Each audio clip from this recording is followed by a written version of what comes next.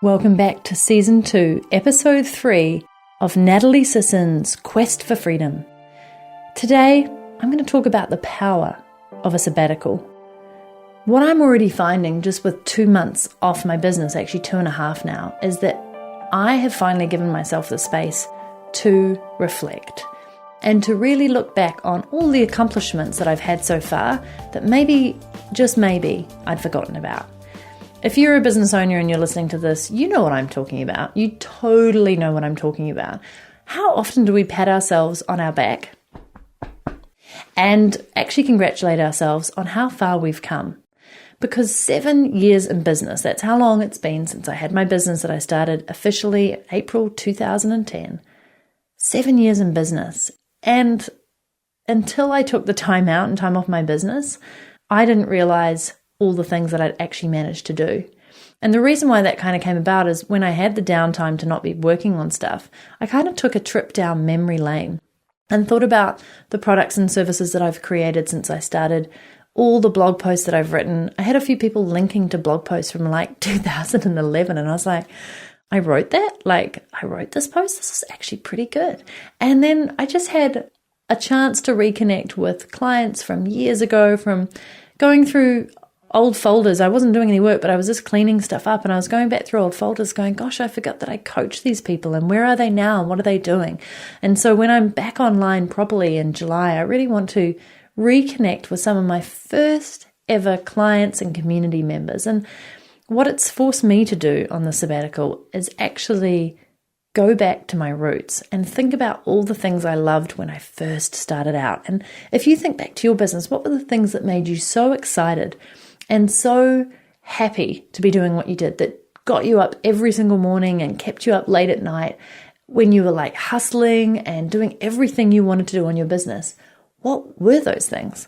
And that was kind of where I got to. The reason I even needed to take a break from my business is I'd forgotten what I loved about it in the first place. And so this sabbatical has helped me to gain perspective. It's forced me into some slightly darker places where I've been playing the comparison game, because I've been watching on social media from the sidelines, people doing things and launching, and I just get caught up in that. And normally my go-to is I'd follow that launch and I'd emulate it and I'd take notes from it and I'd improve on it and I'd learn from it. And I'm like, I don't want any of that shit in my world. I don't want any distractions. I don't want to know what other people are doing. I put a Facebook ad blocker on.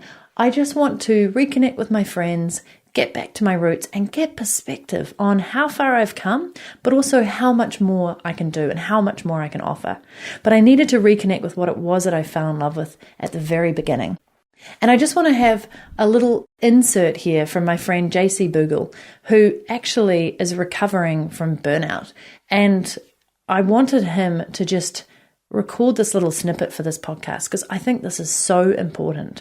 As I've mentioned before in this podcast, I almost burnt out when I first self-published my book, The Suitcase Entrepreneur, back in 2013, and I didn't even realize I was so close to it. And the problem is when you don't take a sabbatical, or you don't take a break, and you don't take holidays from your business, and you just go hard out for years and years and years, which is stupid, you burn out. And then you're forced into a break that you don't want to be on, where your body can't recover, where your mind is jaded and stuck, and where you actually physically aren't able to do much work anymore. And I just don't want you guys to get to that place. So listen in here to JC, because this is gold and this is important. What happened to me last year is that I was very close to burnout. I had no enthusiasm for business, for entrepreneurship. I had no energy, and I couldn't take a long sabbatical really to disconnect from the business. So I took a kind of short sabbatical for a couple of weeks. I really disconnected a lot from eating online. And after that, which was even more important, I think, to my recovery, after this 2 weeks of disconnection, I really paced myself. I lowered the expectations of what I could achieve, and also set less ambitious goals for myself, and worked a little bit more intensely. And this helped me a lot recover completely from this burnout. Pacing yourself after the sabbatical is as important as taking a real break. And then I had my friend Jessie Kriegers, who posted on Facebook about a month ago about his retreat away from his business just for a week. And I said, Jessie, do you mind just recording this? Because I love what you've said here. Once again, in the moment, you've got to capture people on their reflections about that time off, because even sometimes a couple of weeks after it, you forget how good you feel in the moment when you're taking time out and how powerful that is for you to get back to your creative genius zone. So here's Jessie. I've just arrived back from a week retreat in the sacred valley of the Incas in Peru. Quite honestly, one of the most beautiful places I've ever been. This was the first time I've been offline all year, and it was relaxing, reinvigorating, and full of insights as I sat deep in meditation in the Peruvian Andes. My host was Javier Regueiro, author of 2 books I'll be publishing in September, Ayahuasca, Soul Medicine of the Amazon Jungle, and San Pedro, Opening Pathways to the Heart. It's hard to overstate the importance of taking time just for yourself, not being beholden to anyone, not needing to have any conversation, able to simply sit and enjoy the surroundings and become aware of whatever thoughts and emotions arise. While deep in meditation one night, it came to me that my role as a publisher resembles that of a crystal.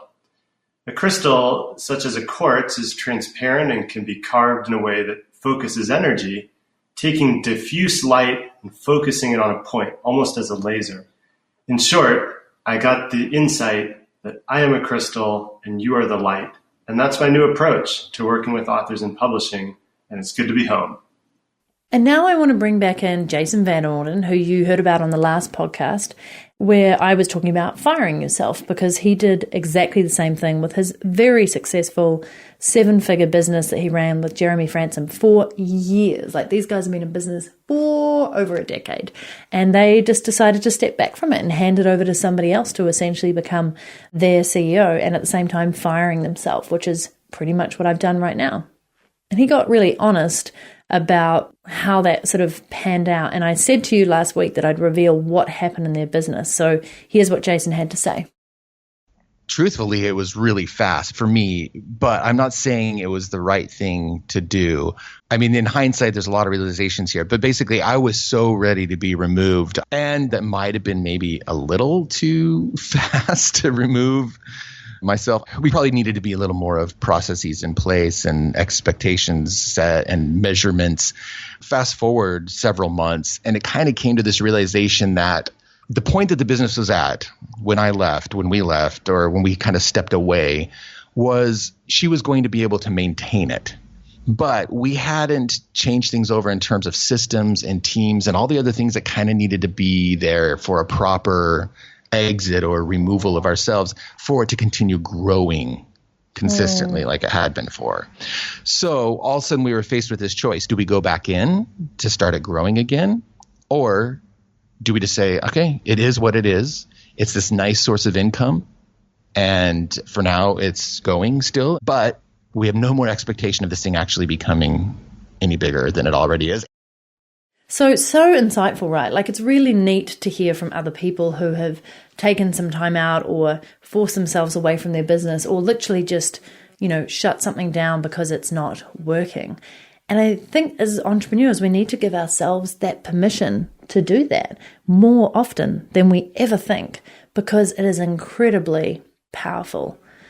And you just don't understand how important it is that we recharge our batteries.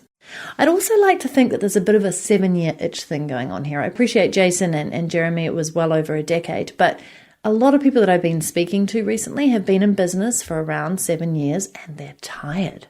And let's face it, any job that you've been in, 7 years is a long time in a job, right? These days, most people are in jobs for 1, 2, or 3 years max. It's the norm for millennials to switch jobs incessantly. Whereas back in my dad's and mum's days, you'd stay in a job for 10, 15, 20, 25, 30 years plus. And you get a little golden watch at the end of it if you were lucky, and a handshake and a thank you very much.